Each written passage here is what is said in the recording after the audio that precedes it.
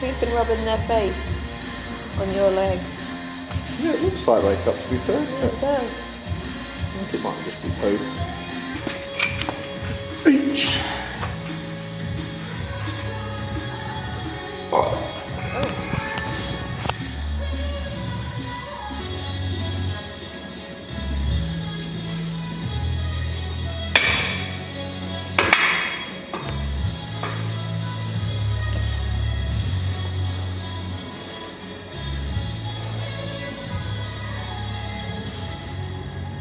Would you like to update the tube on the latest Derbyshire news? No, not really. So my strongman comp for August, Derbyshire's Strongest Man, has been cancelled. The owner of that is dealing with personal issues, so I'm basically no longer a strongman anymore. We'll do this powerlifting competition in May, and then drink beer, take steroids, get fat and assault my wife. That's my plan. That's what most men do nowadays, isn't it? So I'm basically back comp hunting. Seen some comps, got some stuff in mind. Nothing's like really jumping out at me yet, but I've also got a lot on my plate at the moment. Coaching wise, work wise, we've just released Lincolnshire's Most Powerful, our competition that we're hosting out of the gym in September. And no, I will not be competing in my own competition. That's a bit sad. Brian Shaw, I'm looking at you. Do you think Brian Shaw watches my channel? Oh yeah, he's always in it. Has he? Yeah. He'll be around for dinner soon, I'm sure. He won't fit in my ass. The Chateau du Blanc. My wife has been laughing because in the evening I watch fishing programs because I find it relaxing. I get far too much adrenaline watching anything lifting or strongman related generally. So we've been watching fishing programs. It's also getting to that time of year where I'll do a bit of fishing. And naturally a lot of the lads on these fishing programs are from Essex, which is, believe it or not, my home country. County. That proves I'm from Essex, doesn't it? My own country. And they're always in France. And we had this little giggle where she's like, why do they always pronounce French stuff terrible? Where were they fishing? Lac du Deux. And they go, Lac du Deux? And it does, she's absolutely right. It sounds terrible. Like they'll say chalet, but they'll say chalet. Are we going to the chalet or what? Chateau Neuf du Blanc. It does sound terrible. Luckily I don't sound like that because I moved from Essex when I was 8 years old. Well, I didn't, my parents did, and I had to go with them because I was 8. Imagine how different I'd have been if I'd have stayed. La baguette. La baguette. Le baguette. Le baguette. Instead of le croissant or croissant, they'll say croissant. Anyone fancy a croissant? What does my cousin say? Oh, instead of jalapenos, or are they Mexican? Yeah. Jalapeno. Jalapeno. We say jalapeno. My cousin says jalapenos. Anyone like jalapenos on their pizza? I do, mate. Hotter the better. Lee, if you're watching this, I'm looking at you. I've had to put my singlet bottoms on today. Got too much shit for wearing the red ones last week. I might do. I just got to wait until the rest of the world has seen a little bit more penis so they can get over themselves. Also quite funny though. Imagine as a male diving into a woman's DMs and being like, could proper see your fanny through them leggings. You'd end up like screenshotted and on a fucking Part O'Dwyer Instagram video with him calling you a cunt. But because it's a bloke and it's just me and it's just my dick, it's fine, isn't it? Good thing I've got a relatively decent sense of humour. That's a good thing about a decent side. Well, I just haven't in a pair of red budgie smugglers. I've got a fucking... Hi, Scarlett. Yeah, I know. Here she is. I'm just talking about my atrophied balls and fucking athlete's penis. Of course it's small, I'm deadlifting. Do you know what as well? That pisses me off when people judge a man on the size of his penis when it's floppy. Because that's like judging a man's fighting ability when he's sat down. He's not going to fuck you with a floppy, is he? It's true though, isn't it? You know, when women, you all do it, judge a bloke. You judge a bloke on the size of his penis based off of how it looks when it's floppy. And are you joking? That's like judging a man's fighting ability when he's sat down.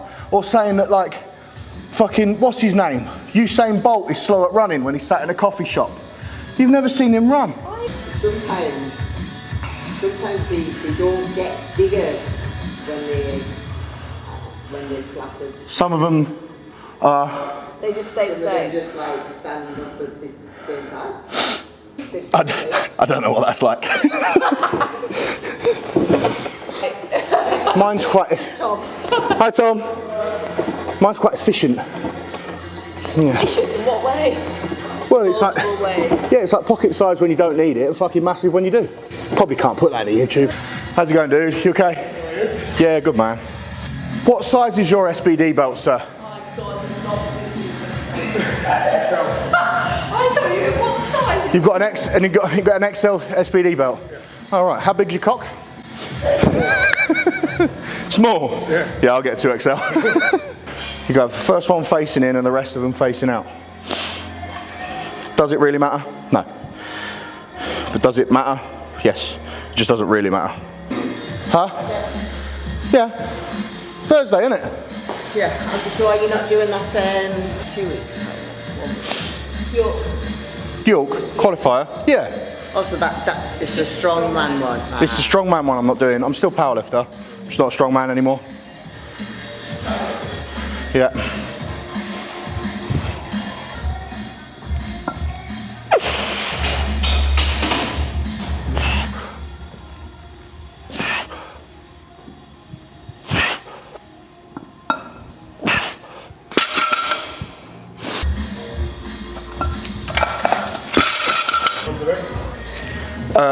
Nothing crazy.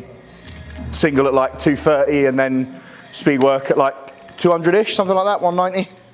I need a boring one, I'm fucked. So these ones always come around really, really well timing wise. Rep squats on Monday, so I'm mullered.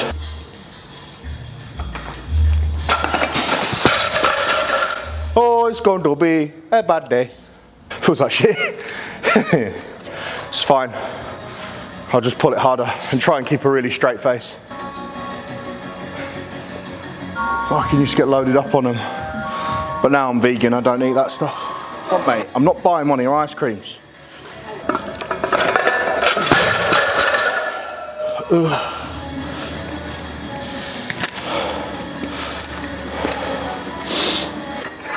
$60 kilo. 60 kilo jump. Call me Harry the Screamer.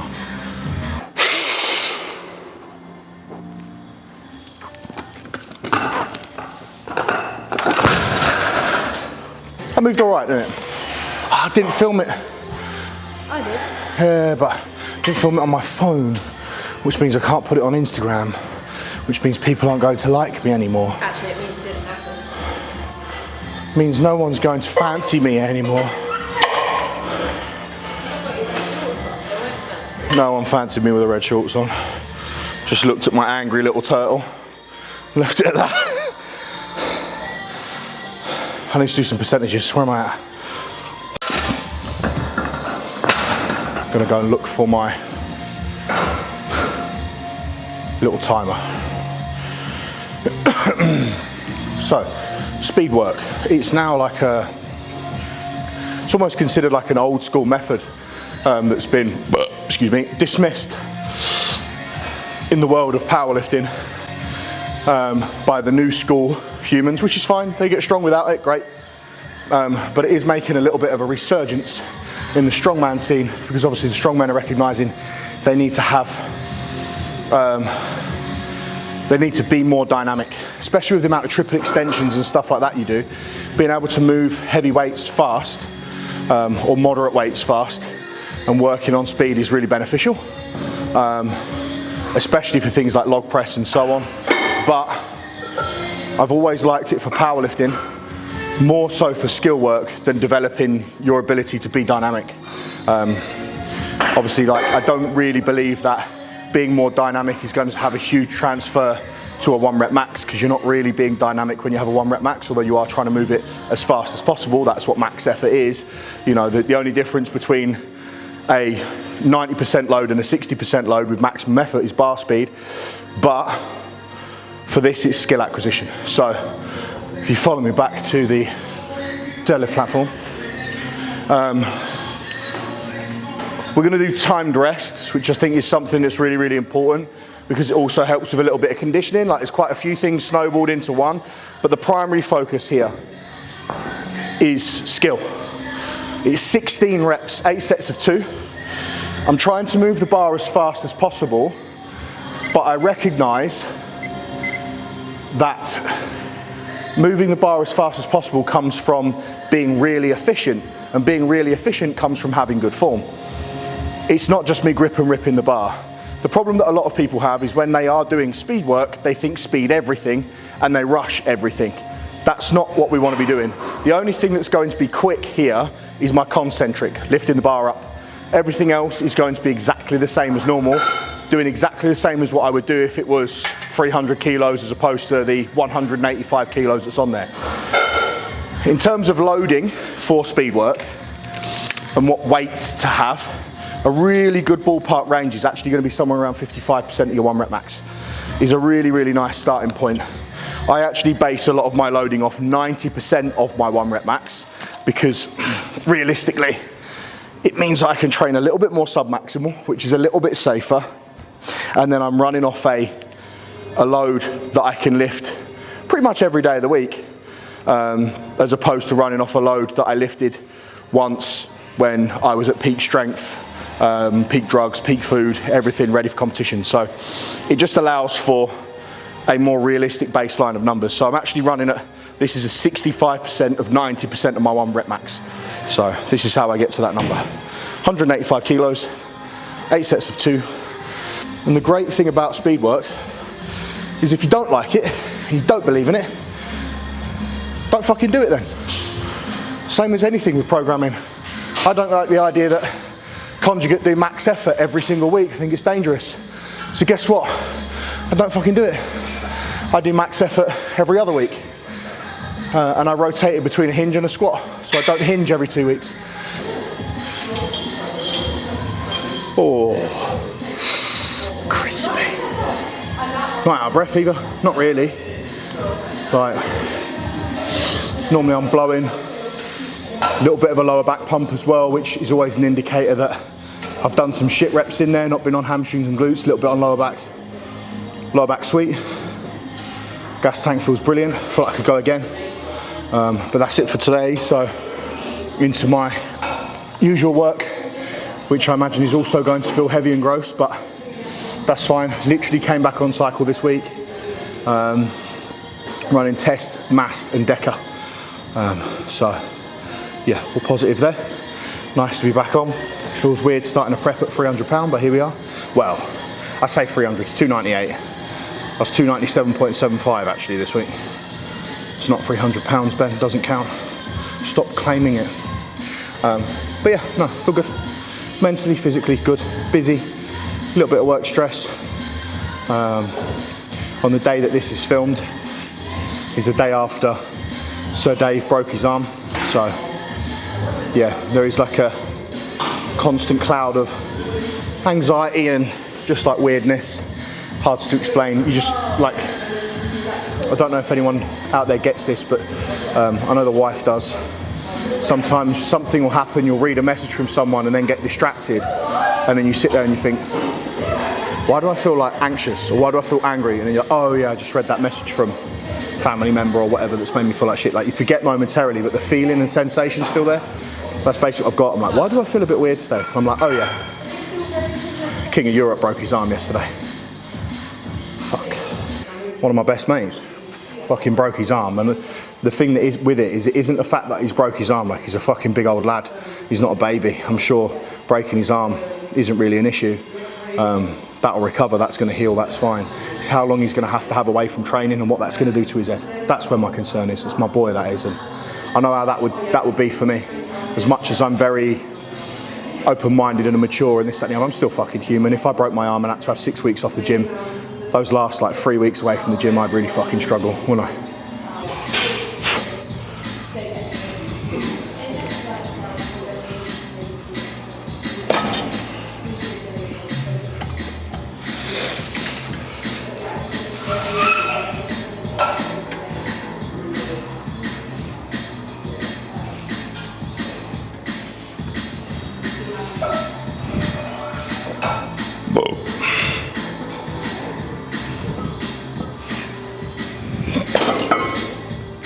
Feels alright. It's loading these fucking plates that does my lower back. That's why I put my belt on last week, but my God, didn't that make... Oh. Are we still on? Oh. No. I don't want to just talk to myself. Oh. Big injury. That's me out. Yeah, I was going to put my little DY belt on whilst I load all the plates, just brace into it a little bit when I pick stuff up so I don't hurt my lower back. But my God, did it make me look fat on that last episode. Oh, you took an angle from here. And I'm like, fucking, and I mean, obviously I'm bracing my stomach on this to set up, but, okay, now, I was waiting for a DM from my mum, like, Ben, do you not think this has gone a little bit too far? Need to lose a little bit of weight. My mum never speaks to me like that. She knows I beat the shit out of her.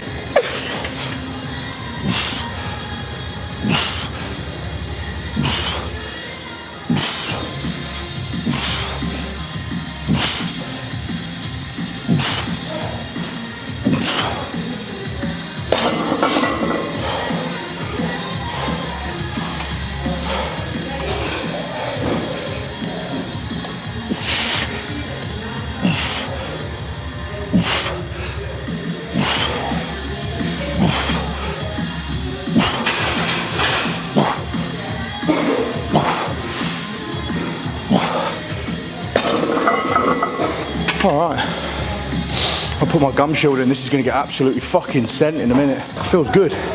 This is something we recognise when it comes to accessories, especially on like a speed work day, is if it feels good, send it. We don't need loads of reps in reserve here unless we're deloading or a little beat up and being smart. This is good work. So the work that people forgets about, that sounds thick. The work that people forget about, got there, that really makes a difference, more so for like longevity. But it does come with a risk, but so does everything we do in here. If you're pushing your body, it comes with a risk.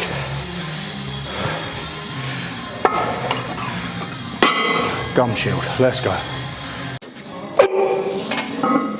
Oh, yes.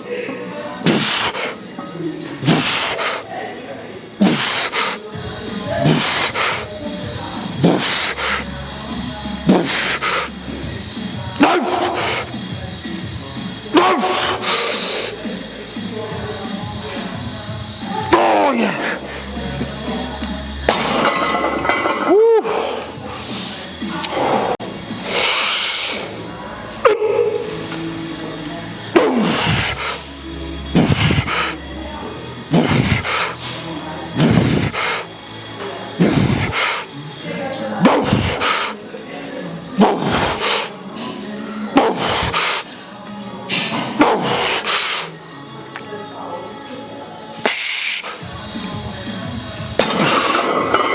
I've never cleared 9 reps on that before. A year? Huh? What? Oh, yeah. Could tell I'd done a fucking shot this morning, mate. That's how a lot of knobheads think it works. Took gear today. Lifted well. Tomorrow, I'm gonna wake up looking like a white Ronnie Coleman.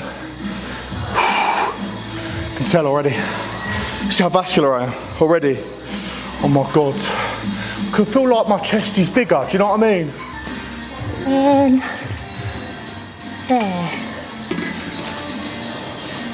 Bitch.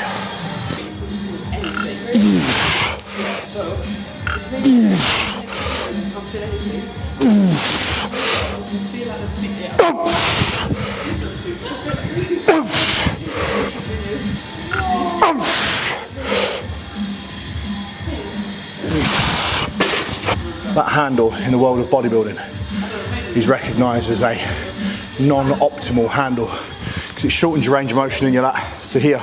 And if you use a wide handle with a longer grip, you can bring it back to here and take your lat for a bigger range. But I don't care because the fucking pump I get off on using them, the stimulus, the way it stretches, the way it feels, second to none. People have been using these for years. They work. People with big backs have trained with those for years. They work. It's just when people's form gets really, really shitty with it. Now mine's not beautiful, mine's not perfect. I'm not really looking for super upright pulls, super controlled eccentrics, like too fluffy. I still want to shift some load. And I just make sure that the moment I unrack, I load my lats. I don't like load through my upper back and then pull and squeeze my traps. As soon as I unrack, I'm loading my lats, driving my elbows down, and then I just rock in through my lats on that without too fast of a tempo, trying to catch the eccentric right at the top.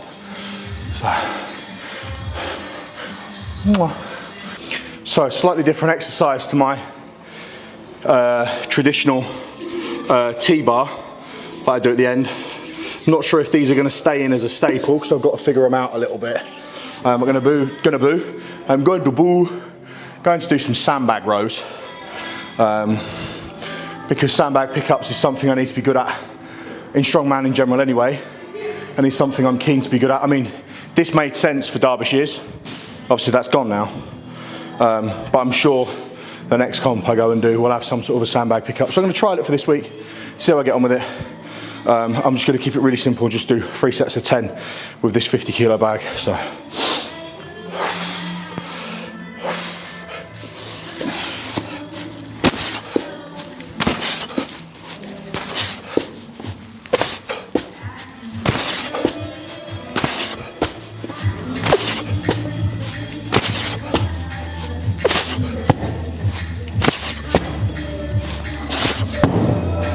All right, that's not too bad. I'm going to stay on that weight and go up in reps. I'll do like 15 on the next set. That's nice. Those of you that are aware of like a pen lay row, so you get a little bit of legs out of the bottom and then just pulling through your upper back, a little bit of lats. It's just a good transferable skill to have because it's the same way you're lifting Atlas stone. The same mechanism you'll use for sandbag, Husafell bag, Husafell stone, whatever. Husafell stone's a little bit more squatted, I suppose, but you get the point. And it also keeps you over in a hinge. So good for lower back, hamstrings, glutes, stabilising. Yeah, it's just a good one.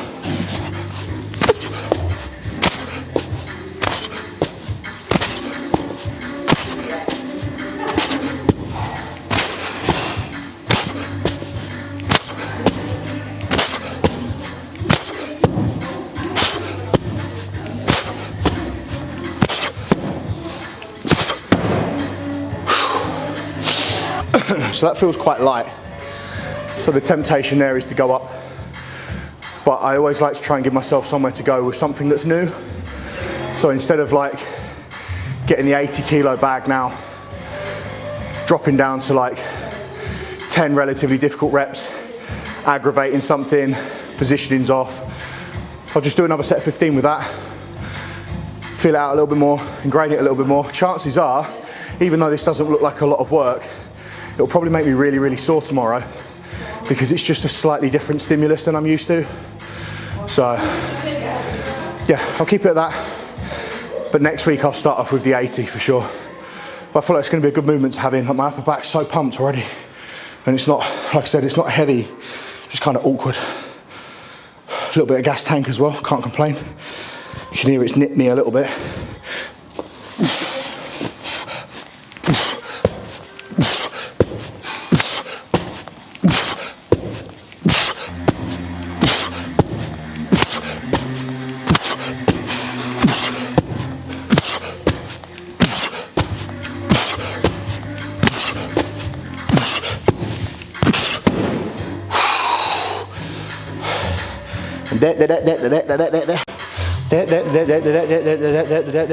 That's all, folks. Sound guys, that is another session in the bag. Feels good to be a bit sweaty. It's been cold for a little while.